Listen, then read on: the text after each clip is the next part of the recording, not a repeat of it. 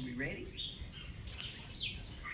Hi there, it's CC Yiller, and I am standing here with Green Tree Gathering Storm. We did a harnessing demonstration on him a little bit ago, and now we're going to do a hitching demonstration. So, Stormy is standing here, his cart is over on the right, left, my right, and so I'm going to ask him to move over to line up with the cart. Stormy, get over.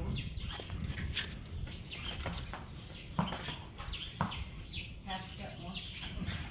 Good boy, go right there. That's a little too much, but you'll figure it out.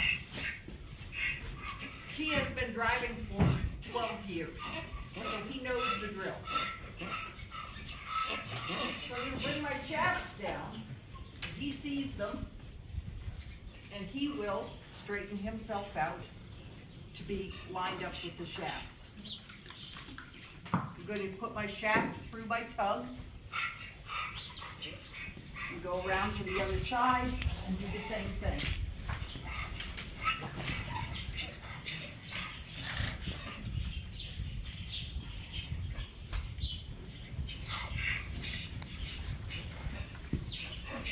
The next thing I'm going to do is pull my carriage. You cannot get them hitched right without pulling your carriage first, and you can't adjust the length of your traces without nothing else fastened. So I put my trace over my single tree, and because my traces are very long, because my front doesn't buckle and adjust, it all has to adjust back here. So since it's very long, because they've stretched and stretched over the years, I tuck it through the strap on my single tree. We then go around to the other side and do exactly the same thing. First thing we do is pull the carriage. So I fasten my trace and put it through. Now, one of the things that I want, and these traces are stretching again, is I want the tip of my shaft pretty close to the point of the shoulder. Never, ever, ever in front of the point of the shoulder. It's always got to be at it or behind it just a little bit. As you see, my tug bearer is hanging straight down. So that would be where I would want it fastened. And what you're seeing is my rein in the middle of it, and look what I did. I fastened that over my rein. So it always pays to pay attention.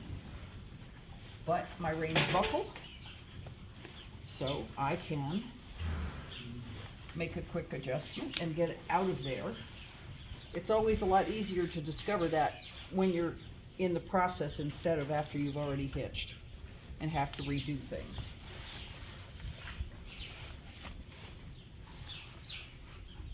So I rebuckle my rein and then have it out of my way.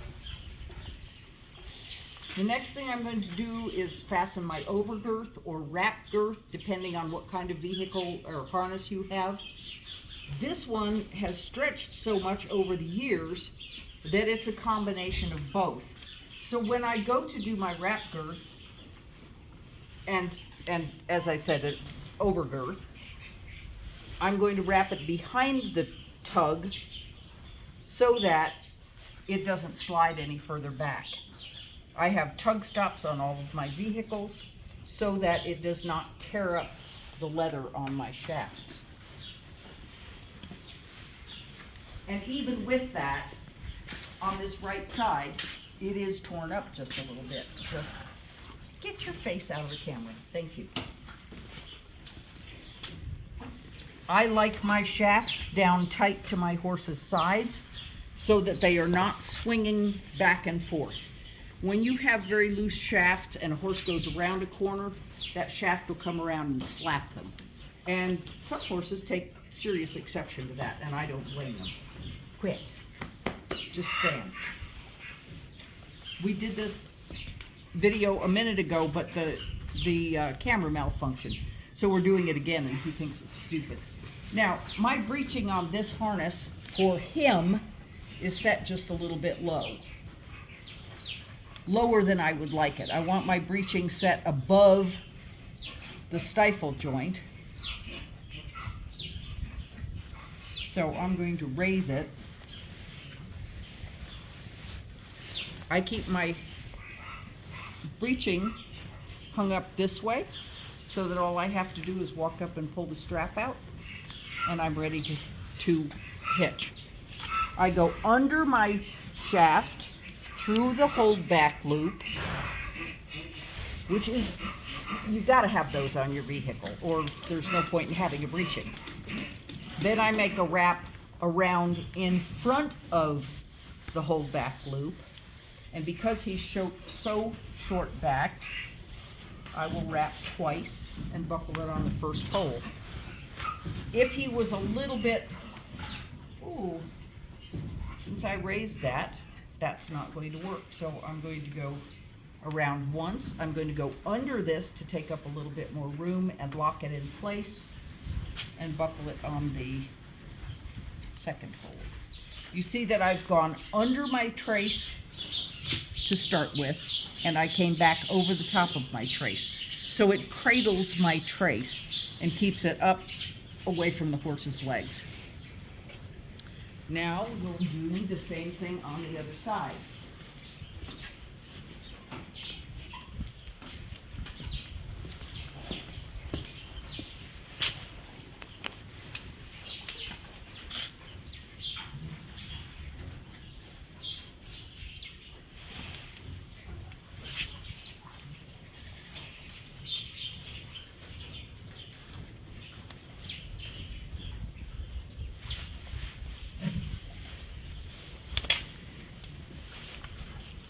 Again, go underneath the trace, under the shaft, through the hold back or footman loop, and around my shaft. Now, as you see, it rocked over, and because the way he's standing, get over a little bit. Thank you. I have a whole lot more room on this side. That's why I don't usually bother to put things in keepers until I'm sure that's how I want it. So now I've gone around twice over the trace, and I'm going to buckle in the first hole because the first time I did this, that was where it settled. So now this is very loose, very loose. I don't like them loose. It's the purpose of your breeching is to be the brakes on your vehicle if you don't have brakes. So if you leave it very loose, suddenly the carriage comes up behind the horse and slaps them from behind. That can create quite a mess. So I go around my shaft twice and have room to buckle on the second hole. At this point, my horse is fully hitched. No, I didn't put things in keepers for the most part. The absolutely vitals for putting things in the keepers. Your girth has to be in your keeper. The tugs have to be in the keeper. The neck strap has to be in the keeper. Even though this end is flipped up, it is through the keeper. And your breeching must be in the keeper. The reason for all of those things is that as the cart moves around, I have seen those things get unbuckled. And that could be pretty darn scary. My overgirth can go through, but when I'm just out knocking around, I don't worry about that too much. And unfortunately, because my keepers have a tendency to get a little bit squeezed down, unstretched, and so they need to be stretched out again to be very usable. So that's it, folks. Then when I go to unhitch, breeching first. I demonstrated the other day. I'll go ahead and do it again today with him. I'm going to undo my overgirth. I'm going to undo my trace. Yes, I know this is stupid. This is not how it's supposed to be done. You don't have to tell me that. Oh. I like to tie my traces in a figure-8 knot, keeps them up out of the way.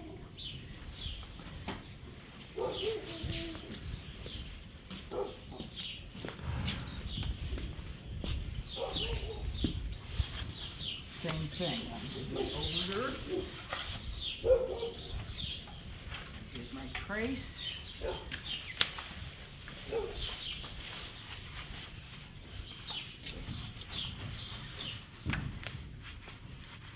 Yes.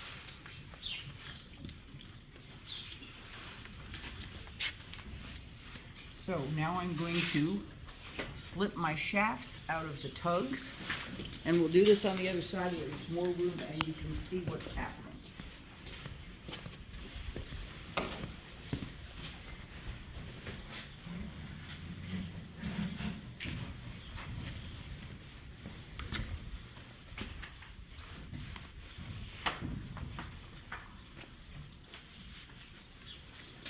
Look at how far back these shafts can come. Look how dangerous that could be. These can hit the horse in the leg. If things start breaking, they could go up a horse's rectum. They can get between their hind legs. It can create a phenomenal, terrifying wreck. And it may end up ruining your driving horse. So, always, always, always, always, always reaching first. Hi, Amy, are you here to help?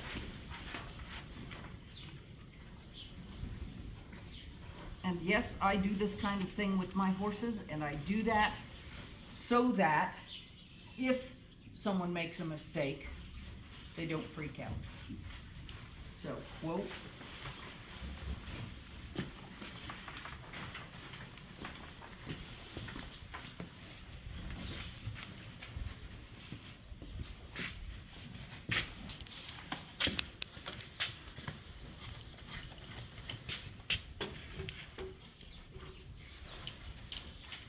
That is that. Thank you all for watching. Please subscribe, share, comment, like, ask questions. I'm perfectly willing to answer everything. Have a great one, everyone.